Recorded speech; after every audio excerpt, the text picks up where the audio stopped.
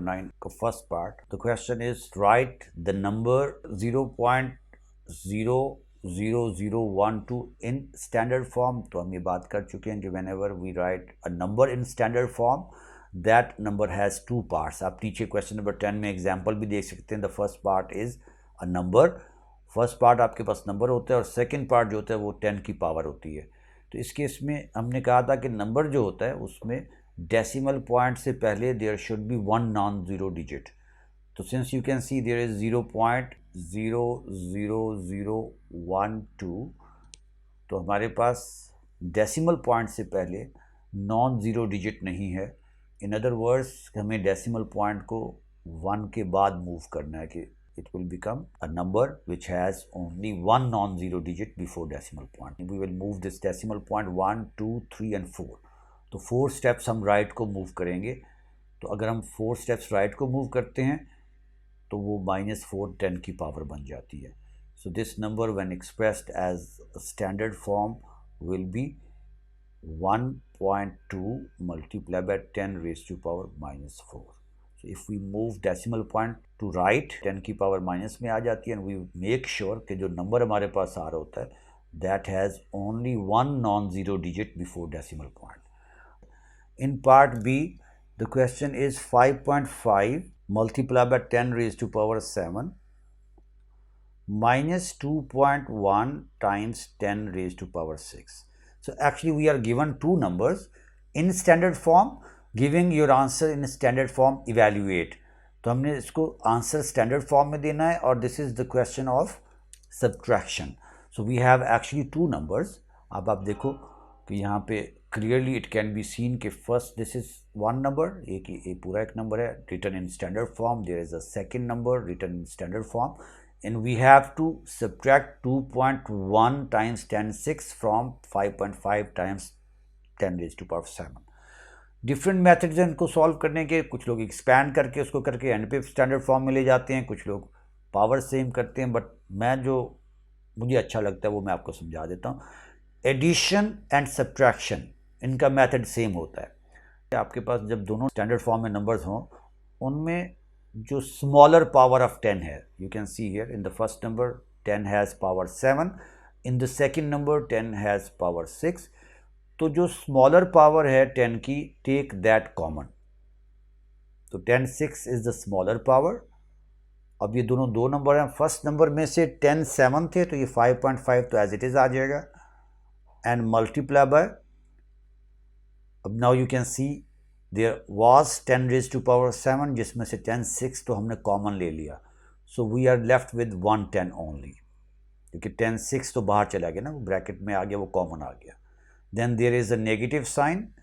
अगर ये एडिशन होती तो यहाँ हम प्लस लिख रहे होते, ठीक है. तो बस the differences in addition when we are adding the numbers in standard form there will be positive sign. Here since it is subtraction so we are writing a negative sign. तो जब ये second number 2.1 times 10 raise to power 6 है तो इसमें से 10 raise to power 6 तो बाहर common ले लिया है, तो हमारे पास we will be left with only 2.1. तो ये हमारे पास आ गया. अब आप ये जो ब्रैकेट में है इसको सिंप्लीफाई कर लें. देखिए 5.5 टाइम्स 10 जो होता है that will becomes 55 and minus 2.1. और ये जो आपके पास आई थी पावर 10 रेज टू पावर 6 आई थी, तो इसको हम बाद में लिख के मल्टीप्लाई कर देते 10 raise to power 6.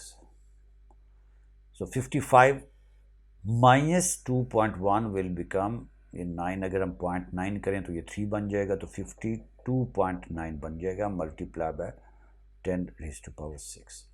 Now this number is not in standard form again क्योंकि standard form has two parts. One is we say there should be 10 the power of 10 which is already there, but the number has 2 digits before decimal point. अगर आप देखें decimal point से पहले हमारे पास 2 digits है. तो actually we have to move this decimal point from the current position to one step to the left. जब हम डेसिमल पॉइंट को लेफ्ट को मूव करते हैं देन वी ऐड, ये +1 हो जाएगा 10 की पावर में. Finally we will have 5.29 means we have moved decimal point 1 unit to the left multiply by 10 raise to power, अब आपके पास देखिए 10 रेज टू पावर 6 तो ऑलरेडी था, moving decimals to the left will give us +1। ये +1 इस decimal को left को move करने की वजह से हुआ कि when we move the decimal to the left we add in the power. तो फाइनली वी हैव, जो हमारा फाइनल आंसर हो गया 5.29 multiply by 10 raise to power 7। तो this is how we do addition and subtraction. Subtraction में बस यहाँ पे जो ब्रैकेट में दरमियान में ये वाला साइन है, ये आपके पास माइनस का आ जाता है, अगर यहाँ ऐड करना होता तो यहाँ प्लस होता, और हम ये numbers in bracket we will be adding those numbers. बाकी मेथड सेम है कि first we take the smaller power as common. अब इसके बाद आप देखें in question number 10 we are given 2 numbers, उन नंबर्स को हमने नाम दे दिया। एक को, ये क्वेश्चन नंबर 10 की मैं बात कर रहा हूँ, एक को कहा कि p is equal to 5 times 10 raise to power 9, और फिर दूसरा नंबर जो है that is q is here 9 times 10 raise to power -16। अब उन्होंने कहा कि आप फर्स्ट पार्ट है कि find p multiply by q, sometimes वो p q भी लिख देते हैं, if the p q is written only, तो उसका मतलब यही होता है अलजेब्रा में, if there is no sign between 2 alphabets तो मल्टीप्लिकेशन होता है। So in this case actually indirectly हम यही कह रहे हैं कि multiply these 2 numbers given in standard form। Multiplication और डिवीजन का मेथड भी सेम होता है। अब here you can see ये हमारे पास p टाइम्स q का मतलब ये है 5 multiply by 10 raise to power 9, तो हमने इसको मल्टीप्लाई करना है, इस नंबर को we have to multiply this by 9 times 10 raise to power -16। इस केस में आप ये देखें जो नंबर्स होते हैं ना, when a number is written in standard form it will contain 2 parts, a number and the power of 10। multiplication of numbers in standard form, we multiply numbers with each other, तो 5 times 9 आपके पास 45 हो जाएगा, and then we add the power of tens। दूसरा जो इसका step होगा कि 10 हमारे पास 10 की जो पावर्स हैं, because here we will apply the laws of indices। laws of indices क्या होता है कि if 2 indices are being multiplied they have same basis, their powers are added। तो आप सीधा ये याद रख लें कि अगर multiplication of numbers in standard form है तो नंबर को नंबर के साथ मल्टीप्लाई कर दें, और जो 10 की पावर्स होंगी, क्योंकि हमेशा 10 ही होगा हमारे पास, स्टैंडर्ड फॉर्म में 10 ही होता है, उनकी पावर्स को वी ऐड देम। तो इफ़ वी विल ऐड 9 और -16 तो दैट विल बिकम 9 -16। तो finally we have 45 multiply by 10 raise to power 9 -16 is -7। Again जो क्वेश्चन है उसने हमें कहा हुआ है कि expressing each answer in standard form, तो हमें आंसर स्टैंडर्ड फॉर्म में देना है। This is not in standard form. ये स्टैंडर्ड फॉर्म में क्यों नहीं है? वाई? बिकॉज 45 का मतलब ये है, in this case the decimal point is at the end, क्योंकि एंड पे अगर डेसिमल पॉइंट हो we don't mention it, we don't write it, but it is understood in 45 decimal point is just after the number। तो हमने यही कहा था कि नंबर वाला जो पार्ट होता है स्टैंडर्ड फॉर्म में, उसमें डेसिमल पॉइंट से पहले एक नॉन ज़ीरो डिजिट होना चाहिए। तो we will be moving that decimal point 1 step. ये मैं आपको एरोज और ये चीज़ें मैं आपको समझाने के लिए लगाता हूँ, आपको एग्जाम में लगाने की ज़रूरत नहीं है आपको। तो as we will move decimal point to the left, तो लेफ्ट में करें तो क्या होता है, ऐड होता है।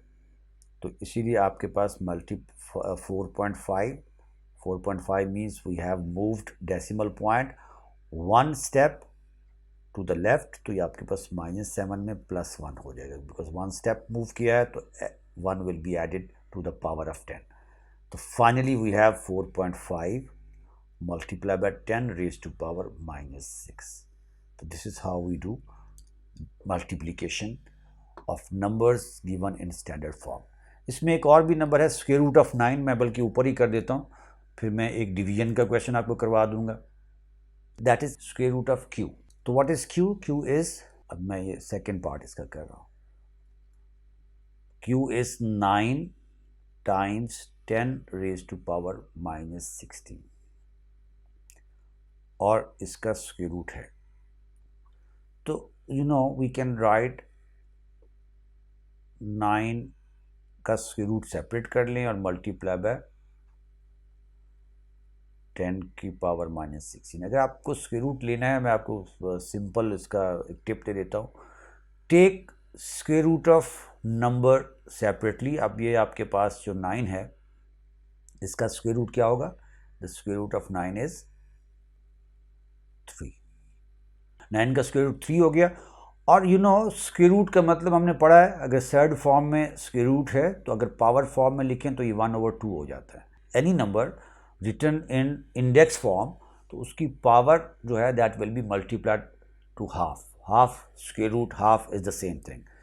तो इसका अगर आपने स्क्वायर रूट किसी नंबर का लेना है तो नंबर का आप स्क्वायर रूट डायरेक्टली ले लें, और जो आपके पास 10 की पावर्स हैं उनको हाफ कर दें।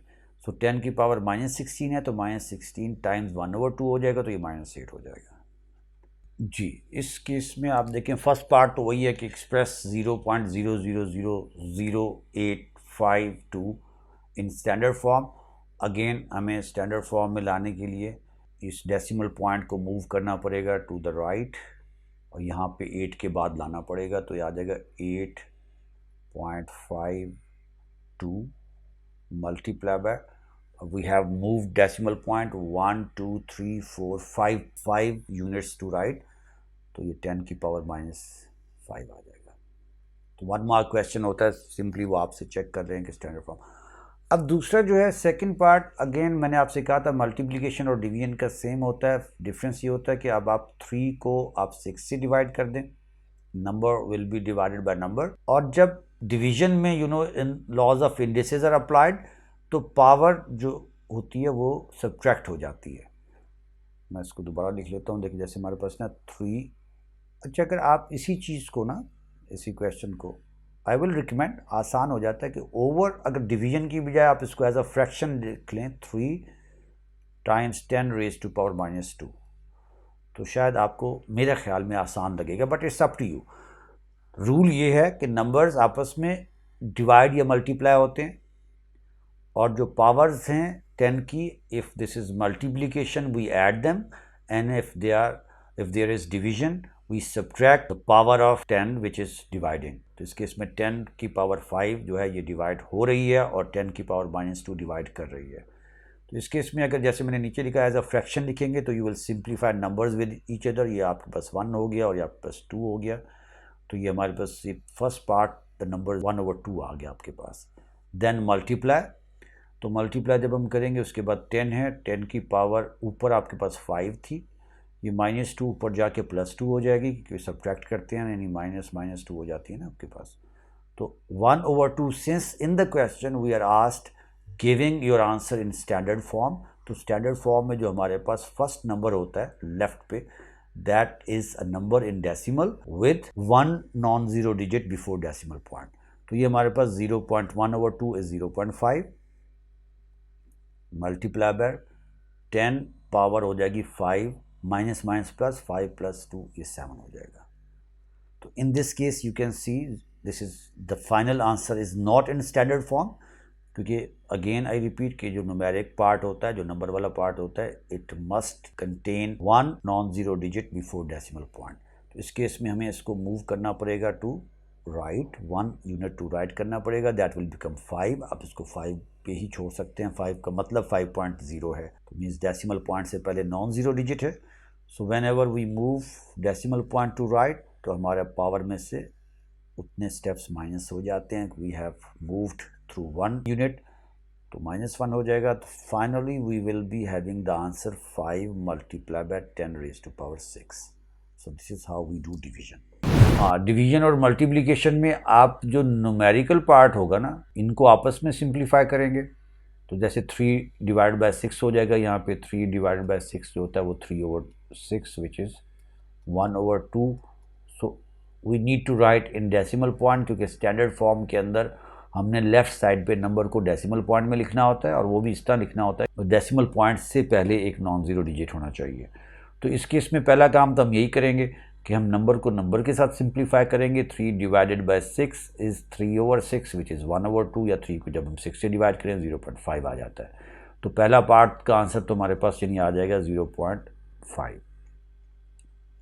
और सेकंड में वी विल सिंप्लीफाई 10⁻5 विद 10⁻²।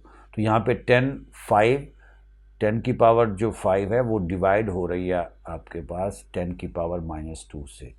तो लॉज ऑफ इंडिसेस लगाएंगे तो हमारे पास अगर डिवीजन हो तो पावर जो डिवाइड कर रही होती है वो सब्ट्रैक्ट हो जाती है, तो 5 -2 हो जाएगा। तो that will become 10⁻5 minus plus हो गया, 5 + 2 7 हो गया। तो फाइनली हमारे पास मल्टीप्लाई बाय 10⁻7 आ जाएगी। This is not a number in standard form, और क्वेश्चन में उसने कहा है कि giving your answer in standard form. उसने कह दिया कि स्टैंडर्ड फॉर्म में आपने अपना आंसर देना है, जो कि इस वक्त नहीं है, क्योंकि वी मेक श्योर कि हमारे पास जो न्यूमेरिक पार्ट है उसमें डेसिमल से पहले नॉन ज़ीरो डिजिट होना चाहिए। So for that purpose we need to move decimal point 1 step to right, क्योंकि यहाँ पे हमारे पास 5 के बाद डेसिमल होना चाहिए, तो इसको हम यहाँ 1 स्टेप राइट को ले जाएंगे। और अगर हम डेसिमल पॉइंट को 1 स्टेप टू राइट, तो हमारे पावर में से उतने स्टेप्स माइनस हो जाते हैं। We have moved through 1 unit, तो -1 हो जाएगा। तो finally we will be having the answer 5 multiply by 10⁻6। So this is how we do division.